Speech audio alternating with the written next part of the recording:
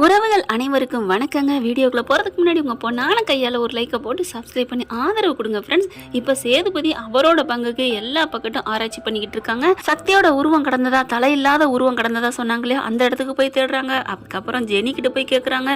எல்லா இடத்துலையும் அப்படியே அலசி ஆராயிறாரு. ஒன்றுமே கிடைக்கலங்க. பித்தலாட்டம் பண்ணவங்க தெளிவாக பண்ணியிருக்காங்க. ஆனால் இங்கே தமிழ்ச்செல்வி சும்மா விடுவாங்களா என்ன? தலைவி பஞ்சாப் பறக்குறாங்க. எப்படியாவது இதை நம்ம மாமனாரை காப்பாற்றுறது ப்ளஸ் அதை விட நம்ம மேலே தப்பு இல்லைங்கிறத நிரூபிக்கணும் அப்படிங்கிறக்காண்டி களத்தில் இறங்குறாங்க. அங்கே தாங்க அவங்க சக்தியோட கேஸ் ஃபைல் அங்கே தான் இருக்குது. அதனால் என்ன பண்ணுறாங்க, தமிழ்ச்செல்விக்கு கொஞ்சம் ஈஸியாக போயிடுது. அந்த டாக்டர்மா இருக்காங்க இல்லையா, அவங்களோட மேலே ப்ரொஃபஸர்ன்ட்டு அவங்ககிட்ட போய் அவங்க தான் எடுத்து கொடுக்குறாங்க. இதுதான் சக்தியோட கேஸ் ஃபைலு, இது யாருக்கும் தெரியக்கூடாது நீ பார்க்குறது அப்படின்னு சொல்லி கொடுத்துட்டு தான் போகிறாங்க. யாருக்கும் தெரியாது தெரியக்கூடாதுன்னு சொல்கிறவங்க ஒன்று அவங்களாவது கதவை சாத்திட்டு போகணும், இல்லை இந்த பிள்ளையாவது கதவை சாத்திட்டு பார்க்கணும். கதவை திறந்து வச்சுட்டே பார்த்தா அங்கே ஒரு வள்ளூர் ஒருத்தன் பார்க்குறேன், என்ன பண்ணுறா அப்படின்ட்டு கரெக்டாக பார்த்துறேன். ஒளிஞ்சிருந்து என்னமோ பண்ணுறாளே, ஆஹா தப்பாச்சே, ஏய் என்ன பண்ணுற அப்படின்னு கேட்க, ஒன்றும் இல்லை நான் சும்மா தான் பார்த்துட்ருக்கேன், என்ன பண்ணிகிட்ருக்க அப்படின்னு பார்த்தா இது என்ன சக்தியோட கேஸ் ஃபைலாக இருக்குது. ஆஹா இவ பார்க்குறாளே அப்படின்னு, இதெல்லாம் தப்பு இல்லையா, நான் சும்மா தான் பார்த்தேன் அப்படின்ட்டு மூடி வச்சுட்டு போயிடுறாங்க. உனக்கு இருக்குடி கச்சேரி, நீ என்ன பண்ணுறான், உடனே நீதிமானுக்கு கால் பண்ணுறாங்க. நீதிமானுக்கு அங்கங்கே ஆள் வச்சிருக்கிறான். அங்கே பார்த்தீங்கன்னா ராஜாங்க வீட்டில் ஆள், இங்கே பாருங்க பெரிய காலேஜ், இங்கேயும் ஆள். உடனே ஒரு தகவலை சொல்கிறான் பார்த்தீங்களா, ஓ அப்படியா பார்த்துட்டாளா, கவலைப்படாத அவளை தூக்கிடுவான், செல்லில் எடுத்துருக்கிறா எல்லா ஃபோட்டோவும், அதை கண்டுபிடிங்க அப்படின்னு சொல்ல, அதனால் என்ன பண்ணுறேன் ரெடியாக நிற்கிறாங்க. இவன் ஆட்டோவில் பஸ்ஸில் வர்றது அவங்களுக்கு தெரியுது. இங்கே உள்ளுக்குள்ளே போயிட்டு உட்காந்து கிளாஸ் ரூமில் உட்காந்துட்டு தமிழ்ச்செல்வி அப்படியே மண்டையை போட்டு பிச்சுக்குது. என்ன இது இவ்வளோதான் இருக்கே, ஒன்றும் புரியலையே அப்படின்னு ஒரு மாதிரியாக, இதை விடக்கூடாது, இதை சும்மா விடக்கூடாது, இது சக்தியோட உடம்பே இல்லை. சக்தியோட கையில் பார்த்தீங்கன்னா அவங்களுக்கு ஒரு சின்னதாக ஒரு வேல் மாதிரி இருக்கும் மச்சான். ஐயோ இது சும்மா, இது யாரோ, இது சும்மா, இது அப்போ சக்தி உயிரோட தான் இருக்கான் அப்படின்னு அவங்களுக்குள்ள ஒரு இது. ஆனால் இவன் எப்படி பார்த்துட்டே இருக்கான், என்னமோ பண்ணுறாளே ஏதோ பண்ணுறாளே. உடனே நீதிமானுக்கு கால் பாஸ் பண்ணுறான்.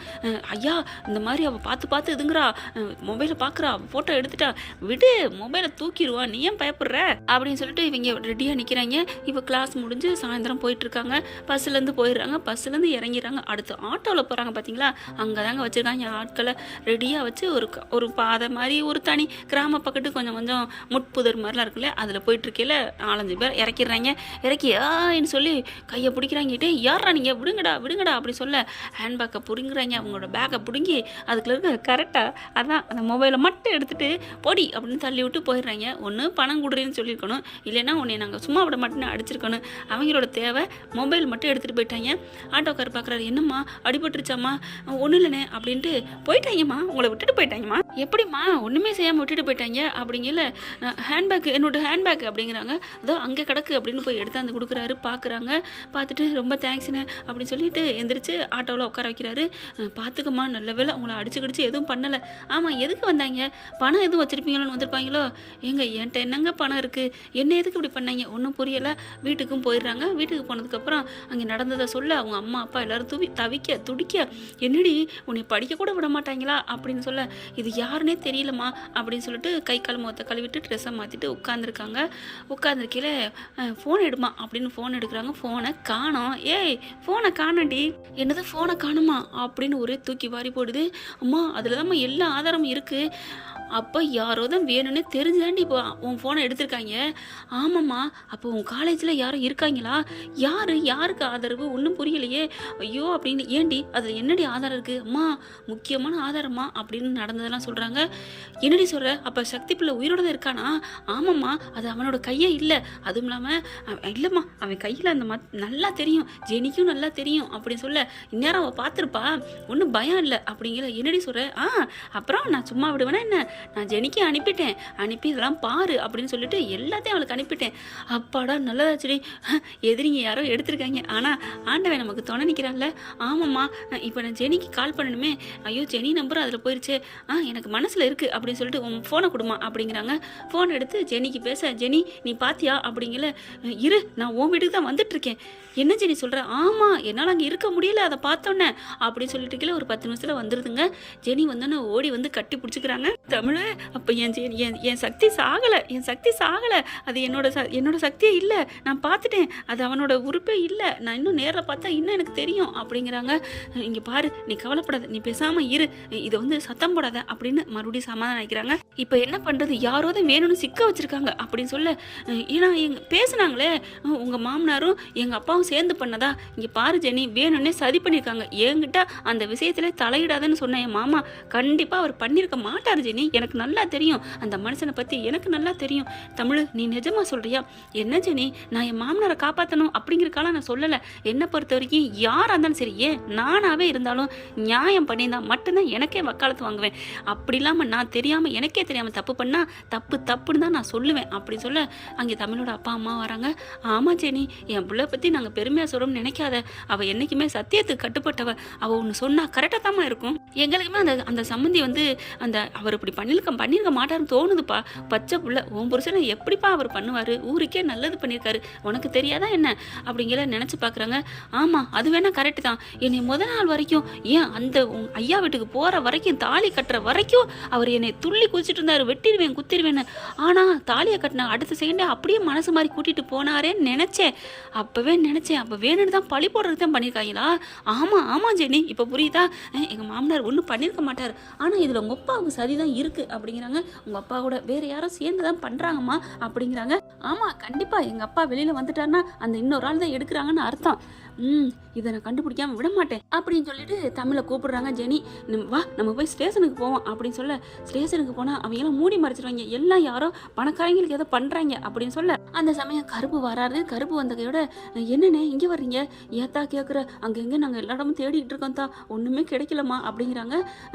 என்ன சொல்கிறீங்க அப்படிங்கிற, ஆமாம் அங்கே தலையெல்லாம் முண்டம் கிடஞ்சில, அது சந்தேகம் தான் இருக்குது அப்படிங்கிறாங்க. ஏன் எதை வச்சு சொல்கிறீங்க? அட ஏமா, அங்கே ஒருத்தர் இருக்கான், அங்கே அவங்க இந்த பண்ணனே, இந்த சதியில் பண்ண ஒருத்தன் அவங்க வீட்டுக்கே போகலையாம், 2 நாளாக தலைமறைவுன்னு சொல்கிறாங்களாம். அவங்க வீட்டிலேருந்து கால் பண்ணால் தெரியலன்னு இவங்களும் சொல்கிறாங்க.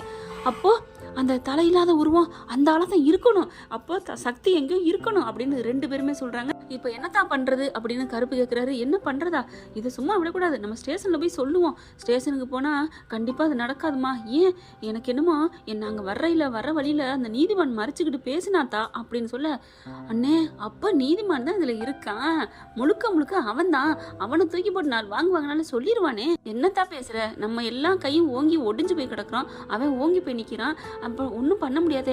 அவன் ஏதாவது ஸ்டேஷனில் ஆள் வச்சுட்டா பார்ப்போம், ஸ்டேஷனில் சொல்லுவோம், இல்லைன்னா கோர்ட்டுக்கு போவோம். இல்லைத்தா நீ ஸ்டேஷனுக்கு வேணாம் அப்படிங்கிறாங்க. இல்லைண்ணே ஸ்டேஷன்லேயே வந்து சொல்லலையா, சொல்ல முடியாதானேன்னு கேட்பாங்க கோர்ட்டில், அதனால் நம்ம அங்கேயே சொன்னோம்னு சொல்லிக்கிடுவோம் அப்படின்னு நேராக அங்கே போகிறாங்க. அதுக்கப்புறம் இன்னொன்று, இந்த உங்ககிட்ட இருக்க வீடியோவை நீ சொல்லக்கூடாது அப்படின்னு தமிழ் சொல்ல, ஏன் தமிழ் காமிப்போம், அப்புறம் ஓ மொபைலையும் தூக்கிடுவாங்க. ஆமாம் இல்லை அப்படின்னு சொல்லிட்டு 2 பேரும் போகிறாங்க. அங்கே கருப்பும் போகிறாரு. போயிட்டு ஸ்டேஷனில் பார்த்தா அங்கே சேதுவும் அங்கே ஏற்கனவே நின்றுட்டு இருக்காரு. இங்கே பாருங்கள் எங்கள் அப்பா அப்படிலாம் பண்ணாதீங்கன்னு அங்கே ஒரு ஆர்குமெண்ட் பண்ணிட்டு இருக்காங்க. தமிழ் செல்வி போகிறாங்க. பார்க்குறாரு. பார்த்தோன்னே ஒன்னால தாண்டி ஏன்னு வேகமாக வந்து கருப்பு வந்து மறிக்கிறாரு. இது ஸ்டேஷனு, அவள் நல்லதுக்கு தான் வந்திருக்கா, நான் சொல்கிறத கேளு மாப்பிள்ள. என்ன மாமா நல்லது பண்ணுறா, அவள் உங்கள் அப்பா வந்து எந்த தப்பும் பண்ணலைங்கிறதுக்கு முக்கியமான ஆதாரம் வச்சிருக்கா. என்ன சொல்கிறீங்க, அது அப்புறம் சொல்கிறேன் இரு அப்படின்னு சொல்லிட்டு என்ன பண்ணுறாங்க, தமிழ் செல்வி கம்ப்ளைண்ட் கொடுக்க வந்திருக்காங்க. என்ன அப்படிங்கல, இது எல்லாம் நீதிமான் தான் பண்ணியிருக்காரு அப்படின்ட்டு இந்த பிள்ளையும் சொல்லுது. எங்கள் அப்பாவும் நீதிமான் சேர்ந்து தான் ராஜாங்க ஐயா அப்படி பண்ணியிருக்கிறாங்க, மாட்டி விட்டுருக்காங்க. எதை வச்சுமா சொல்கிறேன், நான் பார்த்தேன், நான் எல்லாமே பார்த்தேன். அவரோட கையில் வந்து ஒரு வேல் போட்ட மாதிரி ஒரு மச்சம் இருக்கும், அதே மாதிரி அவர் தெய்வ பக்தின்னு அதான் சக்தி வேல்னு பேரே வச்சிருக்காங்க. அவன் பிற கையில் அப்படி பிறந்திருக்கான், ஆனால் அந்த கையில் அந்த உருவம் இல்லை. நீ எதை வச்சு சொல்கிற, எப்போ பார்த்த? ஐயோ பார்த்தேங்க, நான் மறுபடியும் அந்த போஸ்ட் மட்டும் பார்க்கணும், அந்த உருவத்தை பார்க்கணும், பார்த்தா நான் சொல்லுவேன் அப்படி இப்படி சொல்ல. ஏமா நீ இப்போ ஏதாவது ஆதாரம் வச்சிருக்கியா? என்கிட்ட ஆதாரம் இல்லைங்க, இருந்ததை எடுத்துட்டாங்களே அப்படின்னு தமிழும் ஜெனியும் சொல்ல, எடுத்துட்டாங்களா அது வரைக்கும் சந்தோஷம் அப்படின்ட்டு கால் பண்ணுறாங்க. அங்கே அந்த ஆள் இந்த சொட்டத்தால் வராங்க, வேகமாக வந்துட்டு இருக்கான். இதுக்கு நடுவில் தமிழ் செல்வி வேகமாக போயிட்டு அவங்க மாமனாரை பார்க்குது. மாமா அப்படின்னு சொல்ல, ஏன்னு சொல்லல கையை பிடிச்சி இழுக்கிறாரு கருப்பு. சும்மா இரு மாப்பிள்ள அப்படின்னு சொல்லிட்டு, மாமா நீங்கள் கவலைப்படாதீங்க மாமா, நான் சொன்ன மாதிரி நடப்பேன், உங்களை கண்டிப்பாக எந்த குற்றமும் செய்யலை நிரூபித்து வெளில கூட்டிடுவேன் மாமா நீங்கள் தைரியமாக இருங்க மாமா அப்படிங்கிறாங்க. உடனே பார்க்குறாரு ராஜாங்கம். என்ன பண்ணிங்கிற மாதிரி அவரால் ஒன்றும் திறக்க முடியலங்க, பாவங்க.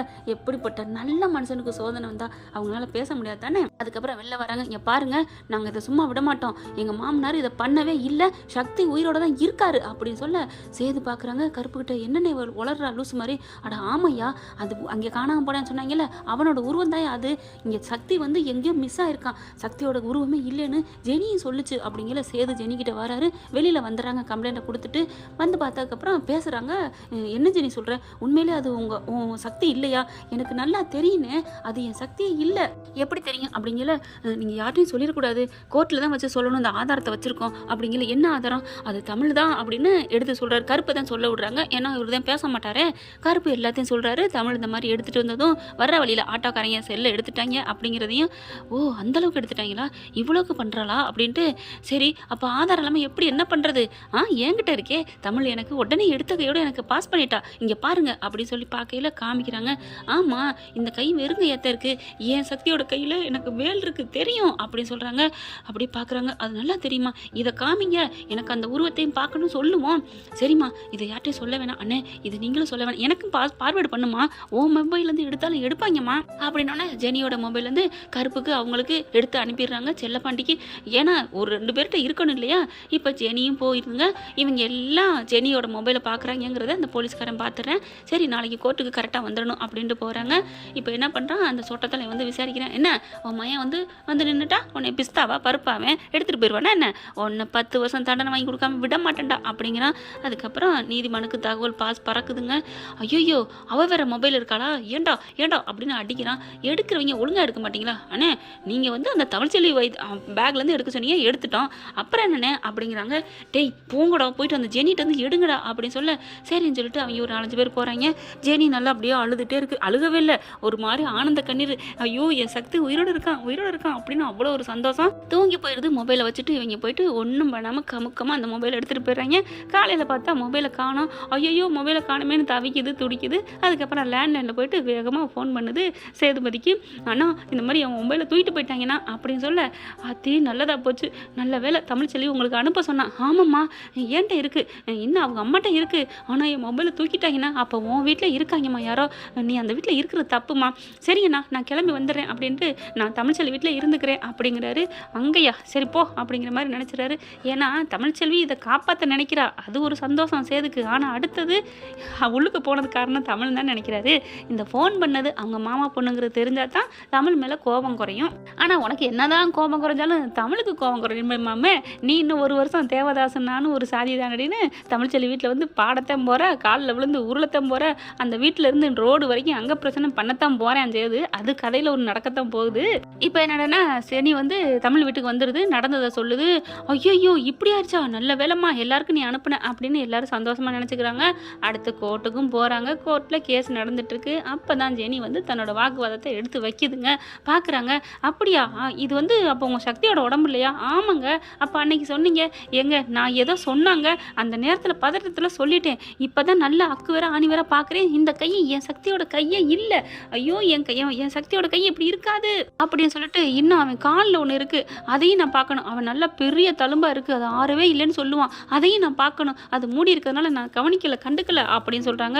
இங்கே நீதிமனுக்கு வயிற்ற புடுங்குது. ஐயோ என்ன இவ எங்கேருந்து வந்தா, மூளையில் முழங்கி கிடப்பா, புருஷன் செத்து போயிட்டான்னு பார்த்தா தாலியை தொங்க போட்டு வந்து நின்றுட்டு சாட்சி சொல்கிறாளே அப்படின்னு இங்கே நீதிமனு ஈஸ்வர்கிட்ட சொல்கிறத கரெக்டாக கேட்டுக்கிட்டு இருக்குதுங்க.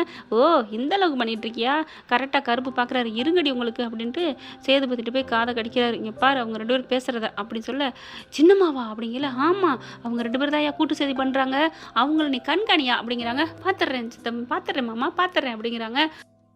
அடுத்த நீதிபதி என்ன பண்ணுறாங்க, ராஜாங்கம் தான் இந்த தவறை செஞ்சுருக்காரு அப்படிங்கிறது சரியாக வந்து நிரூபிக்கப்படலை, இன்னும் அடுத்த வாரம் வாய்தா வைக்கிறேன், ஆனால் சரியான குற்றவாளி யாருங்கிறத கண்டுபிடிக்கணும், 2வது அந்த உருவம் தலை இல்லாத உருவம் யாருன்னு கண்டுபிடிக்கணும், சக்தி எங்கே இருக்காங்க, இதெல்லாம் விடைகள் கேள்விக்குறியாக இருக்குது, அதையும் நீங்கள் நிரூபிக்கணும் அப்படின்னு போலீஸ் தரப்புக்கு வச்சிடுறாரு நீதிபதி. கோர்ட்டு கலைஞ்சிருது. அதுக்கப்புறம் அப்படியே ராஜாங்கத்தை மெல்ல அப்படியே இறக்குறாங்க. அப்புறமா ஒன்று அப்படின்னு தமிழ்ச்செல்வி ஒரு குரல் கொடுக்க, சரி நீதிபதி என்னம்மா எதா இருந்தாலும் கூண்டில் வந்து சொல்லுமா அப்படிங்கிறாங்க. அதுக்குள்ளே அந்த வக்கீல் அதெல்லாம் முடிஞ்சிருச்சு, இனிமே பேசக்கூடாது. ஏங்க நீதியை சொல்றதுக்கு என்னங்க நேரங்காலம் அப்படின்னு தமிழ் சொல்ல, சரி பரவாயில்லம்மா அப்படின்னு அதாவது புள்ளத்தாச்சியா இருக்கிறதுனால அவங்களே சரிங்கிறாங்க. கூண்டுல போய் ஏறி நின்று சொல்லுது, இங்க பாருங்க அவரை என்ன அடி அடிச்சிருக்காங்கன்னு.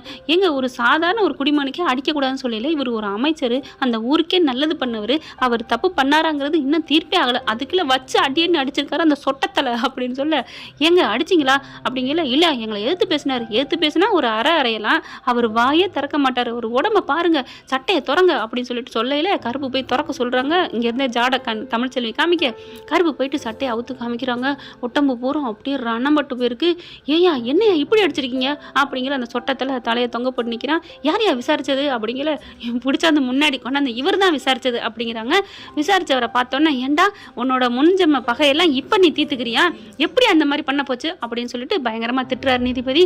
இல்லைங்க சும்மா தான் 2 தட்டு தட்டுனேன், நீ சும்மா 2 தட்டு தட்டுனது அப்படியா இருக்கு அப்படிங்கிற தமிழ் சொல்றாங்க. இல்லைங்க அவர் போன நாள்லேருந்து அடிச்சுக்கிட்டே இருக்காரு, அங்கே இருக்கவங்களே ஒருத்தவங்க சாட்சி சொல்லுவாங்க அப்படிங்கல, அவர் வரமாட்டாருங்க அப்படின்னு அவங்களே சொல்றாங்க. ஏன்னா இவருக்கு பயம் அப்படின்னு சொல்ல, அதுக்கப்புறம் பார்க்குறாங்க, நீ இந்த அளவுக்கு அடிச்சிருக்க, உன்னைய நான் என்ன பண்ணுறேன், 1 வாரம் நான் சஸ்பெண்ட் பண்ணுறேன் அப்படின்னு நீதிபதி தீர்ப்பு கொடுக்க, அதுவும் இல்லாமல் இங்கே அவர் இருக்கக்கூடாதுங்க, இவர் விசாரிக்க கூடாது அப்படின்னு சொல்ல, உன்னை நான் நீ இந்த கேஸை நீ எடுக்கக்கூடாதியா அப்படின்னு சொல்லி நீதிபதி தீர்ப்பு சொல்லிடுறாங்க.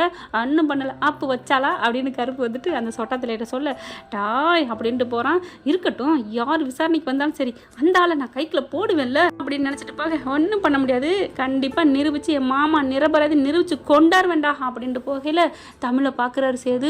கொஞ்சம் இறக்க குணத்தோட, நம்ம அப்பாவுக்கா இவ்வளவு போராடுறாளே அப்படின்ட்டு அப்படியே, மாமா வா போகலாம், ஜெனி வா தமிழ், நம்ம வீட்டுக்கு போவோம், இனிமேல் நான் என் வீட்டுக்கு போக மாட்டேன் அப்படின்னு இங்கே போயிருதுங்க. இங்கே அப்படியே ராஜாங்க அப்படி தமிழை ஒரு இறக்கத்தோடு பார்த்து கையெடுத்து அப்படின்னு நன்றி சொல்கிற மாதிரி அப்படி கையை கூப்பிட்றாரு. மாமா நீங்கள் கண்டிப்பாக நீங்கள் சாமி மாமா, நீங்கள் எந்த தப்பு பண்ண மாட்டேன்னு நான் நம்புறேன் மாமா. முதல்ல மனுஷனுக்கு நம்பிக்கை வேணுமாம்மா, நம்பிக்கை தான் மனுஷனோட வாழ்க்கை ஆதாரமே. நம்பிக்கை இல்லைன்னா அவங்க அன்பாக இருக்கிறதுக்கும் மனுஷனை வாழ்கிறதுக்கும் தகுதியே இல்லை, அவங்க மனுஷ பிறப்பே இல்லை மாமா. நான் நம்புகிறேன் மாமா, என் மாமனார் சொக்க தங்கம் நான் நம்புகிறேன், மனசால எறும்பு கூட துரோகம் நினைக்க மாட்டீங்கன்னு உங்களை பற்றி எனக்கு தெரியுமாம்மா, அதனால நீங்கள் தைரியமாக போங்க. இப்போ அடித்தவங்களை வேலையை ஆப்பு வச்சேன்ல, அதே மாதிரி நீங்கள் நிரபராதி தீர்ப்பு சொல்கிற வரைக்கும் நான் ஓய மாட்டேன் மாமா அப்படின்னு சொல்ல, அப்படியே நன்றி சொல்லிட்டு கிளம்புறாரு. சேதுக்கு பலான்னு அரைகிற மாதிரி இருக்குது. ஈஸ்வரி பார்க்குது, ஐயோ என்ன இவ நல்லா மறுபடியும் இடம் பிடிச்சிருவா போல இருக்கே அப்படின்னுட்டு இங்கே அதுக்கப்புறம் கருப்பு, இங்கே பாரியா தமிழ் எவ்வளோ நல்ல பிள்ளையா இருக்குது, நீ தான் புரிஞ்சுக்க மாட்டேங்கிற அப்படின்னு கிளம்புறாங்க. இங்கே ஜெனியும் தமிழும் இதை சும்மா விடக்கூடாது அப்படி சொல்லிட்டு அடுத்த கட்டத்தில் அந்த பொண்ணை கூட்டிகிட்டு போய் அந்த முழு உருவத்தை பார்க்க சொல்கிறாங்க. ஜெனியும் போய் பார்க்க, இது ஏன் சக்தியே இல்லைன்னு அடித்து டிக்ளேர் பண்ணிடுது. அவங்களும் போலீஸும் ரிப்போர்ட் வாங்கிக்கிறாங்க. ஒழுங்கான ரிப்போர்ட் கொடுக்கணும், ஏன்னா கண்டிப்பாக கோர்ட்டில் நேர்மை தான் ஜெயிக்கும் அப்படிங்கிற மாதிரி ஜெனி அடித்து சொல்ல, போலீஸ்காரங்க நாங்கள் அதெல்லாம் எழுதிக்கிறோமா அப்படின்னு எழுதிக்கிறாங்க. அந்த சொட்டத்தில் இப்போ இல்லையே, இனி ஒன்றும் பண்ண முடியாது இல்லையா. ஓகே ஃப்ரெண்ட், பார்க்கலாம் எப்படி பண்ணால் நல்லா தானே இருக்கும். இந்த பற்றி உங்களுக்கு பிடிச்சிருந்துச்சுன்னா உங்கள் பண்ணான கையால் ஒரு லைக்கை போட்டு சப்ஸ்கிரைப் பண்ணிடுங்க. Thank you friends. இந்த வீடியோ உங்களுக்கு பிடிச்சிருந்தா தயவு செய்து லைக் பண்ணுங்க. இன்னும் அப்டேட்ஸ்க்காக சேனலை சப்ஸ்கிரைப் பண்ண மறக்காதீங்க. நம்ம கிட்ட இருக்க எல்லா சேனல்ஸோட லேட்டஸ்ட் வீடியோ அப்டேட்ஸ்க்காக மேல ரைட் சைடுல காட்டுற லிங்கை கிளிக் பண்ணி வாட்ஸ்அப் குரூப்ல ஜாயின் பண்ணுங்க. உங்களிடம் விடைபெறுவது நான் உங்கள் மெஹர்.